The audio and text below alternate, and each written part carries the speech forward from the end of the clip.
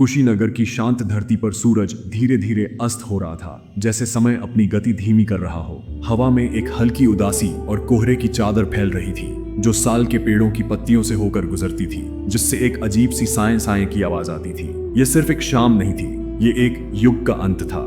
तथागत गौतम बुद्ध ने अपनी आखिरी सांस ली थी, एक ऐसी सांस जिसने भौतिक शरीर को त्याग दिया, लेकिन जिसकी गूंज सदियों तक सुनाई देने वाली थी। उनका शरीर अब पंच तत्व में विलीन हो चुका था, लेकिन उनकी वाणी, वह धम्म जो उन्होंने अपनी जीवन भर की साधना से प्राप्त कर दुनिया को दिया, वह अभी भी हर शिष्य के हृदय में, हर हवा के झोंके में और हर शांत पल में गूंज रही थी। शिष्यों की आंखें नम थीं, लेकिन उनके चेहरों पर एक गहरी शांति भी थी, यह समझते हुए कि यह एक अंत नहीं बल्कि एक अनंत यात्रा की शुरुआत थी। यह कहानी है बुद्ध की शिक्षाओं की, जो मृत्यु के बाद भी अमर रहीं। यह कहानी है उस रोशनी की, जो एक छोटी सी गुफा से शुरू होकर धीरे धीरे सारे संसार को आलोकित करने वाली थी।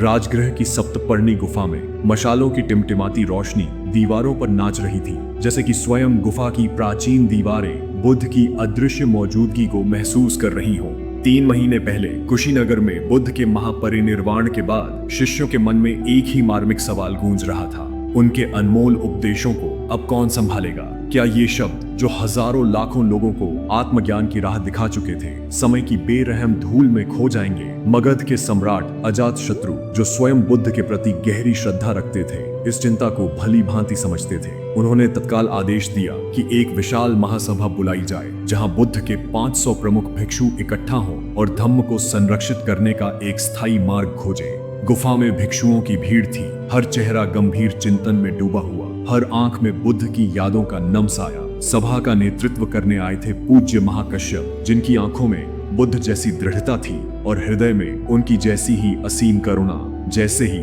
वह गुफा के केंद्र में स्थित मंच पर खड़े हुए, एक गहरा सन्नाटा छा गया। केवल मशालों की धीमी तड़तड़ाहट और बाहर हवा की हल्की सरसराहट ही सुनाई दे रही थी। महाकश्यप ने अपनी गंभीर और प्रभावशाली आवाज में कहा, बंधुओं, तथागत अब हमारे बीच शारीरिक रूप से नहीं है, लेकिन उनकी वाणी हमारा शाश्वत मार्गदर्शक है। अगर हम चुप रहे, अगर हमने उनके धम्म को संरक्षित नहीं किया, तो यह अनमोल ज्ञान खो जाएगा। हमें इसे अमर करना है, ताकि आने वाली अनगिनत पीढ़ियां भी इस दिव्य रोशनी को देख सकें और उससे प्रेरणा पा सकें। भिक्षुओं ने श्रद्धा और संकल्प के साथ अपने सिर झुकाए और उस गुफा के भीतर एक नए युग का, धम्म के संरक्षण का संकल्प जन्म लेने लगा। इस महाकार्य में सबसे बड़ी चुनौती और जिम्मेदारी बुद्ध के सबसे प्रिय शिष्य आनंद के सामने थी। वह बुद्ध के सबसे करीबी अनुयायी थे, जिन्होंने हर पल, हर यात्रा में उनके साथ रहकर उनकी हर बात को आत्मसात किया था। महाकश्यप ने उन्हें मंच पर बुलाया। आनंद गुफा के बीच में खड़े हुए। उनकी आवाज में पहले हल्का कामपन था, जैसे वह उन अनमोल स्मृतियों को समेट रहे हों। वह याद करने लगे, वह पल जब बुद्ध ने उन्हें 4 नोबल सत्य विस्तार से समझाए थे, वह क्षण जब उन्होंने असीम करुणा और अहिंसा का पाठ पढ़ाया था। एवं में सुतन, आनंद ने अपनी आंखों में आंसू लिए कहा, ऐसा मैंने सुना है। फिर उनकी आवाज में एक नई अद्भुत शक्ति आई। उन्होंने एक एक करके बुद्ध के हर प्रवचन, हर शिक्षा, हर उपदेश को ऐसे सुनाना शुरू किया जैसे बुद्ध स्वयं वहां उपस्थित होकर बोल रहे हों। गुफा में बैठे सभी भिक्षुओं की आंखें भर आईं। ऐसा लग रहा था मानो बुद्ध की आत्मा, उनकी चेतना स्वयं उस गुफा में विराजमान होकर अपने शिष्यों को आशीर्वाद दे रही हो। ये अविस्मरणीय उपदेश बाद में सुत्त पिटक के रूप में संकलित हुए, धम्म का एक अमर और अनमोल खजाना। फिर बारी आई उपाली की। वह विनय नियमों के महान मास्टर थे, जिन्हें बुद्ध ने स्वयं अपने हाथों से प्रशिक्षित किया था। उनकी आवाज में अनुशासन की दृढ़ता और संघ के प्रति अटूट निष्ठा साफ झलक रही थी। उन्होंने भिक्षु जीवन के कठोर लेकिन न्यायपूर्ण नियम बताए, कैसे एक भिक्षु को आचरण करना चाहिए, कैसे संघ को एकजुट, अनुशासित और मजबूत रखना है ताकि वह कभी बिखर न पाए। ये नियम केवल बंधन नहीं है, उपाली ने अपनी स्पष्ट वाणी में कहा, ये धम्म को जीवित रखने का, संघ को पवित्र बनाए रखने का शाश्वत मार्ग है। उनकी बातें इतनी स्पष्ट और तर्क संगत थीं कि हर भिक्षु ने उन्हें अपने हृदय में उतार लिया। ये नियम विनय पिटक के रूप में अमर हुए। जैसे जैसे सभा आगे बढ़ी, गुफा में एक अलौकिक शांति छा गई। मशालों की रोशनी में भिक्षुओं के चेहरों पर बुद्ध की छवि उभर रही थी। महाकश्यप ने सभा के अंत में कहा, तथागत का शरीर अब नहीं है, लेकिन उनकी वाणी हमारे हृदय में है।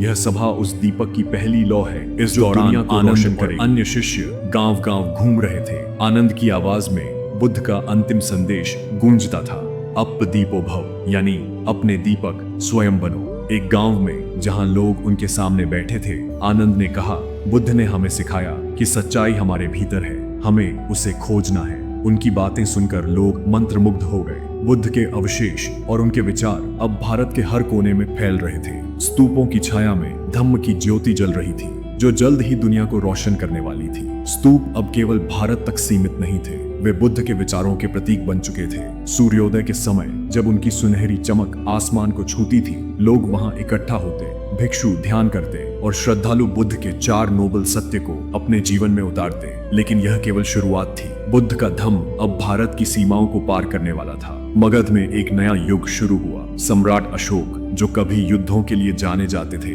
बुद्ध की शिक्षाओं से बदल गए। कलिंग के रक्त रंजित युद्ध के बाद जब उन्होंने मृतकों की लाशें देखी, उनका हृदय टूट गया। एक भिक्षु ने उन्हें बुद्ध का संदेश सुनाया, अहिंसा और करुणा का मार्ग। अशोक ने तलवार छोड़ दी और धम्म को अपनाया। उन्होंने अपने विशाल साम्राज्य में और उसके बाहर बुद्ध की शिक्षाओं को फैलाने का संकल्प लिया। अशोक के दूत समुद्र पार गए। श्रीलंका में उनके बेटे महेंद्र ने बुद्ध के उपदेश पहुंचाए। वहां के राजा ने धम्म को अपनाया और त्रिपिटक को लिखा गया। बर्मा में मंदिर बने, जहां लोग बुद्ध की मूर्तियों के सामने सिर झुकाते। थाईलैंड और चीन में बौद्ध धर्म की जड़ें गहरी होने लगी। व्यापारी और यात्री बुद्ध के संदेश को सिल्क रोड के रास्ते दुनिया के कोने कोने तक ले गए। हर देश में लोग उनके शब्दों से प्रेरित हुए और धम्म एक विश्व धर्म बन गया। इस दौरान आनंद, अब वृद्ध, एक बरगद के पेड़ के नीचे बैठे थे। उनकी आंखों में वही चमक थी जो उन्होंने बुद्ध के साथ रहते हुए देखी थी। उन्होंने अपने शिष्यों को बुलाया और कहा, बुद्ध ने हमें सिखाया कि सच्चाई कभी मरती नहीं, इसे जीवित रखना हमारा कर्तव्य है। आनंद और अन्य शिष्यों ने नए भिक्षुओं को प्रशिक्षित किया, ग्रंथों का संकलन किया और विनय नियमों को जीवित रखा। आज हजारों वर्ष बाद बुद्ध का संदेश जीवित है। मंदिरों में घंटियों की आवाज गूंजती है। लोग अप दीपो भव को अपने हृदय में बसाते हैं। महापरिनिर्वाण एक अंत नहीं था, यह था उस रोशनी की शुरुआत जो आज भी दुनिया को आत्मज्ञान की राह दिखाती है। बुद्ध चले गए, लेकिन उनकी वाणी, उनका धम्म और उनकी करुणा सदा अमर रहेगी। और इस तरह बुद्ध की यात्रा उनके महापरिनिर्वाण के बाद भी हमारे हृदयों में जीवित रहती है। ये केवल एक प्राचीन कहानी नहीं है, बल्कि एक शाश्वत संदेश है। एक ऐसा संदेश जो हमें सिखाता है कि जीवन के हर मोड़ पर, हर चुनौती में हम अपने भीतर ही शांति और ज्ञान का दीपक जला सकते हैं। अप दीपो भव, अपने दीपक स्वयं बनो। सोचिए, अगर हम सभी इस एक सिद्धांत को अपने जीवन में उतार लें तो यह दुनिया कितनी बदल सकती है। बुद्ध ने हमें सिखाया कि करुणा और अहिंसा सिर्फ शब्द नहीं, बल्कि जीने का तरीका है। उन्होंने दिखाया कि बाहरी सुखों में नहीं, बल्कि अपने अंतर्मन की गहराइयों में ही सच्ची खुशी मिलती है। उनकी शिक्षाएं हजारों साल बाद भी उतनी ही प्रासंगिक हैं जितनी वे तब थीं जब उन्होंने अपनी आखिरी सांस ली थी। यह धम्म, यह सत्य आज भी हमें एक बेहतर इंसान बनने, एक शांत और संतुष्ट जीवन जीने का मार्ग दिखाता है। तो दोस्तों, अगर बुद्ध के ये पवित्र शब्द, ये शिक्षाएं आपके हृदय को छू पाई हैं, अगर आपको भी लगता है कि यह रोशनी दुनिया में और फैलनी चाहिए, तो कृपा करके इस वीडियो को लाइक करें। आपका एक लाइक इस संदेश को और लोगों तक पहुंचाने में हमारी मदद करेगा। हमें कमेंट्स में बताएं कि बुद्ध की कौन सी शिक्षा आपको सबसे ज्यादा प्रेरित करती है, या क्या कोई ऐसा पल है जब आपको उनके शब्दों से शांति मिली हो। आपकी कहानियां दूसरों को भी प्रेरित करेंगी। और अगर आप ऐसी ही ज्ञानवर्धक और हृदयस्पर्शी कहानियों से जुड़ना चाहते हैं तो हमारे चैनल को सब्सक्राइब करना न भूलें। साथ ही घंटी वाला बटन भी दबा दें ताकि आप भविष्य में हमारे किसी भी नए वीडियो को मिस न करें। याद रखें, बुद्ध का संदेश केवल पढ़ने या सुनने के लिए नहीं, बल्कि जीने के लिए है। आइए हम सब मिलकर इस रोशनी को आगे बढ़ाएं। धन्यवाद।